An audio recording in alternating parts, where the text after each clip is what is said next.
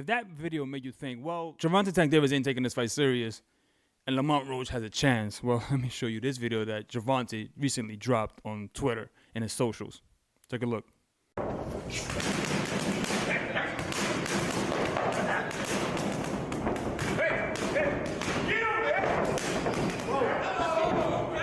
God damn. So let's unwrap this a little bit. What does that mean for Lamont Roach? It means that he doesn't have a chance in hell. Why? Well, one, he's coming from 135. From 130 to 135. Gervonta Tank Davis is the king of 135. There's no one in 135 that's going to pose a problem for Gervonta Tank Davis. Now, while I haven't been a fan recently of Gervonta Tank Davis, not because of his fighting style, because I think he's one of the best fighters right now, that his lack of actual viable live opponents is so thin. Aside from Shakur Stevenson, there's no one really there. And recently, Shakur Stevenson has been showing that, one, with his hand problems, and two, with just his performances, maybe because of his hand problems, it's just, well, I still want to see the fight. I just know what's going to happen in that fight. It's going to be a lot of running, because once Shakur figures out he can't really hurt Gervonta Tank Davis and he feels that power, he's going to try to finesse, and this is going to be a boring fight. But still, okay, let's get that fight going. If Shakur Stevenson can come back and do something impressive. Lamont Roach is just, he's a good fighter. He's a good, solid fighter. He's a champion at 130. He's a good, solid fighter. Coming up to fight the king, it's not, for 135, it's just not going to be viable. You see right here, his footwork, his hand speed, his reflexes, everything is still intact. And that's why everybody wants to push him to go to 140, because he's been there before, Mario Barrios, and dribbled him off the canvas. But the point is, okay, he has some rehydration clothes. Okay, I get it. He wanted to test the water, didn't want to get too crazy up there. And he has expressed in the past that he's afraid of the power of those guys at 140. He said that he was actually scared, a little nervous about Ryan Garcia's power at 140 pounds. So it wasn't like, he's not aware of the challenges up at 140, but that's the point.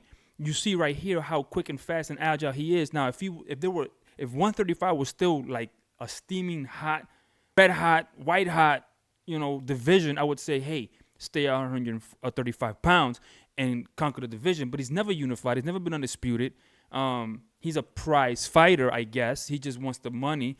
But eventually that well runs dry when the competition runs dry and the purse that you're demanding is no longer a viable option. Like, the promoters are not really going to give you what you think you're worth or what you should be worth if you were fighting somebody of note, right? So they're not going to just shell out money after money after money after money and not getting a return on investment. And when he fought Ryan Garcia, that was a return on investment.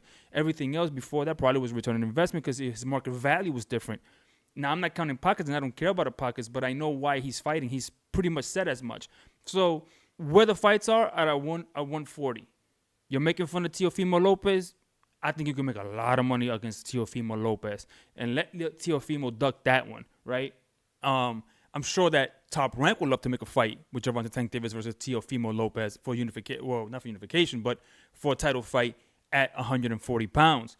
And you got a few other fights up at 140. So that's why I think that this should be his last fight at 135 pounds, unless, of course, Stevenson decides, shows a great showing in his next fight and actually go and shows viability.